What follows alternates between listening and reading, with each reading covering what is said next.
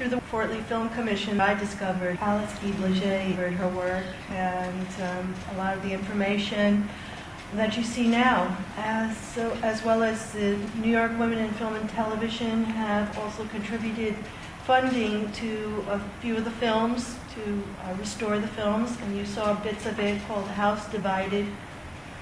About 100 films have been found since this documentary, totally. And recently, another film was found in a barn in New Hampshire. That was just recent. And there's also one in the Library of Congress that's been discovered. Because at that time, they didn't have credits, so no one knew really who made it. But her logo, the Solax, was a shell. And in a lot of the films, you could see this icon placed in the furniture, in the wall. And that was one way that a lot of documentarians and people who were really looking for her films were able to identify her work. Alison McMahon has written a book about her films and has gone to France many times looking for letters, and in the Gaumont Library she was able to copy letters that Alice had written to really know her handwriting. And there was a fire in that building, and they lost all of those documents. She's the only one that has a copy of the original documents. So things like that do happen. They get lost because the film there is very dangerous, handling this nitrous film. It explodes. A lot of the films were buried. There is a marker on the place where the Solex studio was built. It's now the parking lot of an A&P on Lemoyne Avenue, but Fort Lee Film Commission did put a marker on that spot, and that is the only marker in the United States that's dedicated to Alice Guy Blache. We also were able to get her recognized by the Directors Guild of America.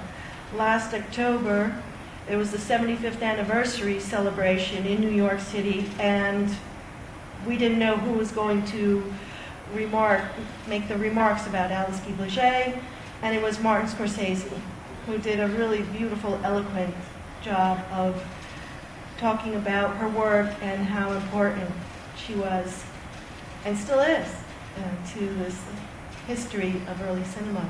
So we try to do symposiums and have more discussions about her work, and trying to find more films, and to show this documentary and as many of the works that we can find. So I hope you all liked it. Do you have any questions? Any questions? Yes.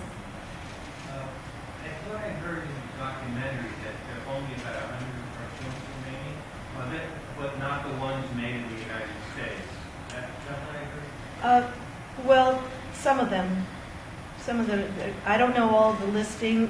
There are some that have been found, the early ones, from France.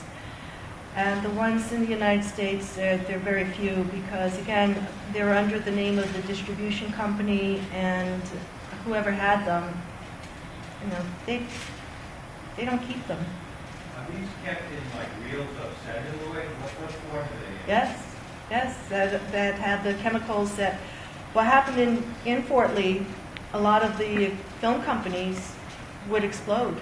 And there were fires in the laboratories, the chemicals they were just very, very dangerous to handle.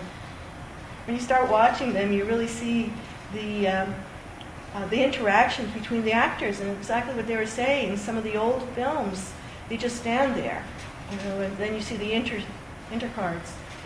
And her films, they really just kind of are very sophisticated and very funny. They lived in Mahwah, New Jersey, and it's the Mary Rest Cemetery in Mahwah. And I just started dating my husband, and that was one of our first dates, looking for the marker at Mary Rest Cemetery, which we found, and we started doing a birthday celebration for Alice there, July 1st.